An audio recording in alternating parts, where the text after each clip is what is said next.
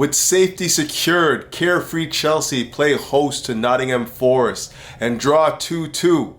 Let's get into it. And blue is the colour. Essien! Drogba! Lampard! That could be the championship!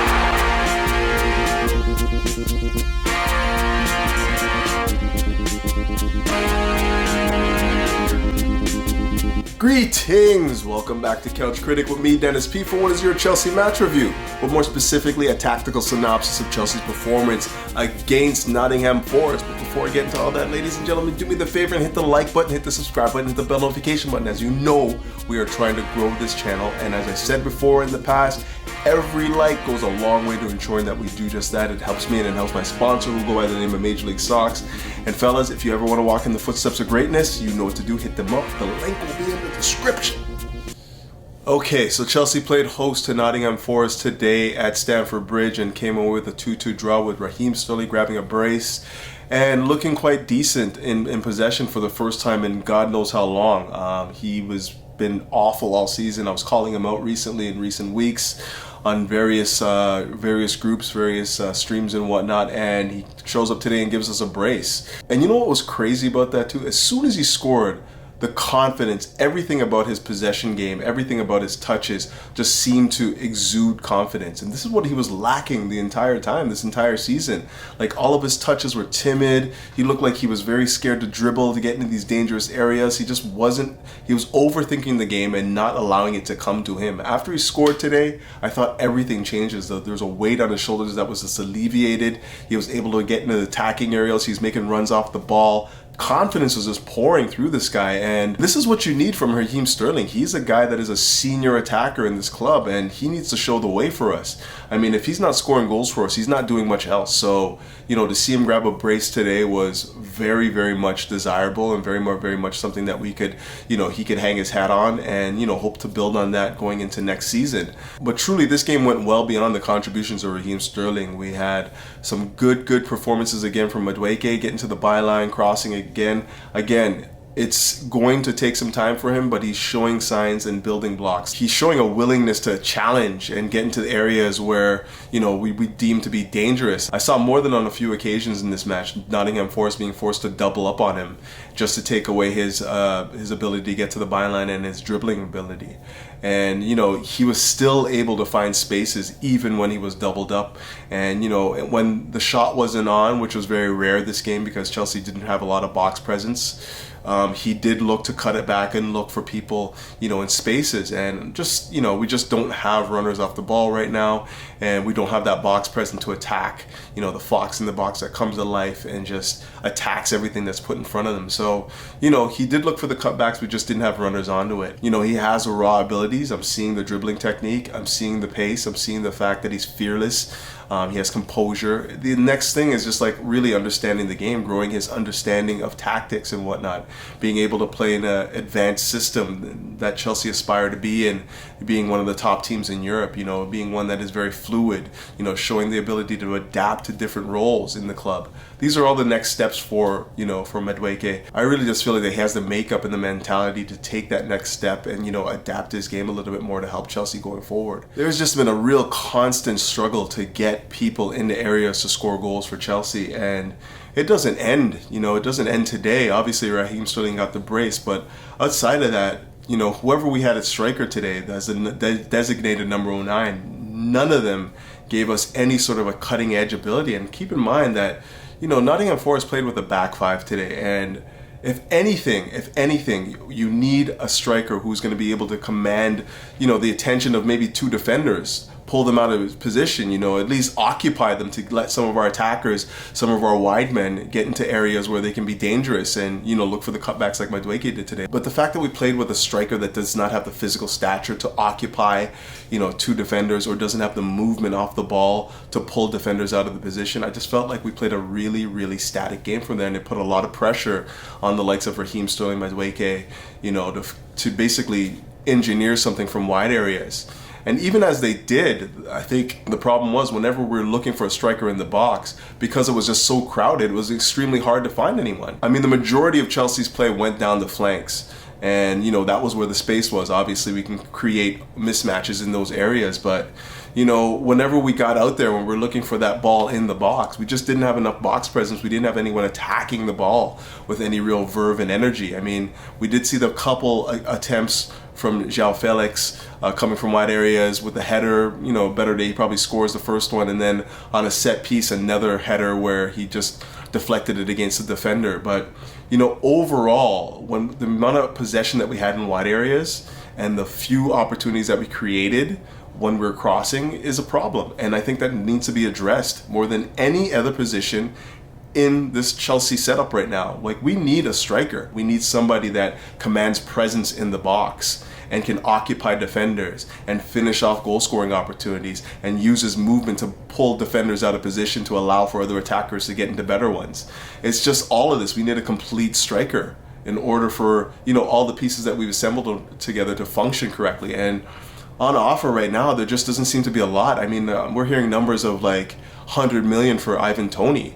Osimhen at Napoli, who I'm not really that crazy on, we're talking about 150 million euros to bring him to Chelsea, to bring him to Stamford Bridge. And, to me, he's not the finished article. So not only is the market depressed, but it is inflated, and of course, market dictates price. So we're seeing some inflated prices for strikers who, on another day would probably only be 50, 60 million pound. I really, really like Ivan Toney. I think that he has something to offer the Premier League. He has something to offer Chelsea. He's a good aerial presence, very good in link-up play and build-up play. He's a guy that can run in behind, and he's physical.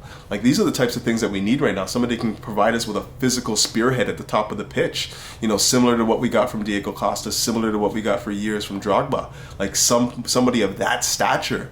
And to be honest, there's just not a lot of that on offer these days. The names that you're hearing bandied about right now are basically 9.5s, in between the striker and the number 10 position. Guys that like to, pull defenders out of position rather than like take them on physically and dominate them. Maybe that's where football's going. Maybe we're looking for the more diminutive, tricky type of striker who just has an eye for goal, because they can offer a little bit more in the build-up play. They can offer a little bit more, when you're trying to link up and, obviously occupying spaces and, pulling defenders out of position because of their trickiness. But overall, I just think that we need to upgrade significantly our striker room. Like, we need somebody that has a physical presence. We need somebody that can spin in behind, use his pace to get in behind and challenge defenders with their pace. We need somebody that's a little bit more clever in the link-up play, who can pull defenders out of position, who can, occupy the half spaces and allow for guys to make runs in behind. Like, we need all of that. So I don't think that can be addressed with one particular striker. I think that you need to have a striker room, a bunch of guys that offer different things to different games. And, I think that we have a bit of that right now with Nkunku coming in. He's probably going to be the guy that operate in the half spaces and look to get in behind. But I still think even when we add Nkunku, we need somebody that can be a little bit more of a striker, like an old school number 9, a guy that operates specifically in the box and can, is great in aerial duels, a guy that can finish opportunities, is a real bully up there. And, that's the feeling I get from Ivan Toney. But when we're talking about numbers of 100, upwards of 100 million pounds, like that, to me, is just well beyond what we can even afford to pay, even if we wanted to. It's just, either we're looking to challenge FFP in a way that we haven't before, or we're just not going to be able to make that commitment. But I think now it's just time to address the elephant in the room. Obviously, the much rumored signing of Mauricio Pochettino has been confirmed today by all the major sources. Mauricio Pochettino will be taking over Chelsea as the next head coach. Guys, I'm just over, the whole whining and moaning and complaining about, we want our Chelsea back and whatnot. Like, I'm the same. I want it too. I want the old days. I want to be able to just be ruthless. I want to be a team that is feared in Europe again. I want all of these things. I just don't know if we can realistically be demanding that right now, given, where we've been the last year and, where we aspire to be. It's just, it's unrealistic. And as much as this is paining me, it's paining me to see all these changes made to the structure of Chelsea, the ethos of Chelsea, the mentality that we, chiseled under the last 20 years under the Roman Abramovich era. There was something that was there that we can say this is what Chelsea's all about, and I just feel like now that's gone. It's completely gone. So we can't be crying about where it was anymore. We have to look forward to what it is. And as much as I don't believe that Mauricio Pochettino matches what I've known Chelsea to be, that he matches the identity of what I've come to accustomed to at Chelsea, I have to divorce myself from that right now and look at what we have around us right now. Is Pochettino the right guy for the job? Who knows? Ultimately, we all want this to work for Chelsea. We want the directors, the board, the ownership, the management to, unify and make decisions that make us a better club overall. And, we have to be patient with that. And if it means giving Pochettino the 3 years and evaluating him after that, then maybe that's what we have to do, be a little bit more patient that way. Now, there's much talk on socials about why it took so long to confirm Mauricio Pochettino, and maybe it came down to him wanting more than Chelsea were willing to offer. Maybe he wanted more control over the transfer window, and we all know that that's not going to happen under this ownership. We all know that we have, directors and, sporting directors and technical directors in place right now that are assigned the role of building the squad. No longer do we have a manager anymore. We have a head coach, a guy that is instructed to take this playing staff and turn it into a winner. And so if you come to a club like Chelsea and you're asking for, X, A, B, C, D, and you expect to have that delivered on a platter for you, maybe this is not the right club for you anymore, because I don't think that that's how the structure's set up. So Mauricio's come in knowing that he has 3 years to turn this ship around. He has 3 years to build, his methodology and how he likes to work.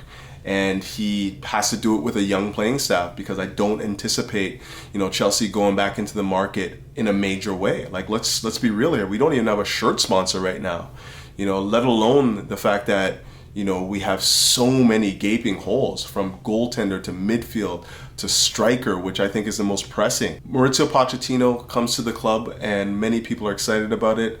A lot of supporters seem to think that he's the right guy to take us to the next step. If you look at the hierarchy of where we were and where we are right now, it's in stark contrast. We're no longer challenging for European titles. We're no longer challenging for the Premier League. Is Pochettino the type of head coach that can, take a squad that is, struggling to find its identity, struggling to really show any real semblance of understanding on the pitch, and, give them the building blocks to succeed? Like, that's ground one. That's the next step in our evolution as a club right now. We need to have somebody that can give instruction that is taken on by the playing staff, and hopefully allow for that to, coalesce, breathe, and grow. Can Pochettino turn water to wine? Can he turn misfiring strikers into guys that are scoring clinically? Whether you can attest or attribute, Harry Kane's rise to Pochettino or not is neither here nor there. The bottom line is we have to find somebody that has chemistry with this manager right now and has the ability to take on instruction and, work for this manager. That's the most important thing. That's the most important verb that we can put assigned to this Chelsea team right now is work. Do these pieces work? Does this manager work with this particular setup? Can this manager work with Lukaku maybe? Can he work with the likes of those types, Is that a desirable position for him? And until we can address those questions head on, I don't think that any moves that we make in the summer or have any real lasting impressions if we can't assign work to everything that is coming in. So for me right now, I'm just in observation mode. I'm watching everything that's happening at this club, and I'm not scrutinizing it one way or the other. I'm just observing it and allowing it to take its course. There's nothing more for me to do at this point in time. I can't change who I thought the manager should be. I can't change the decisions of the club. I don't necessarily endorse them, but I'm going to give it a chance. I'm going to let them prove me wrong. I'm going to let them show me that, they have the best interests of this club, this one storied club at heart, and are making all the necessary moves to return us to the summit. So that's where I am right now, guys. I want Pochettino to be a huge success. I want him to be, so good that we have to put a statue up front of Stamford Bridge. This is what I want from him right now. Like, that's where I sit, you know, and if it happens, great. It's great for us going forward as a club.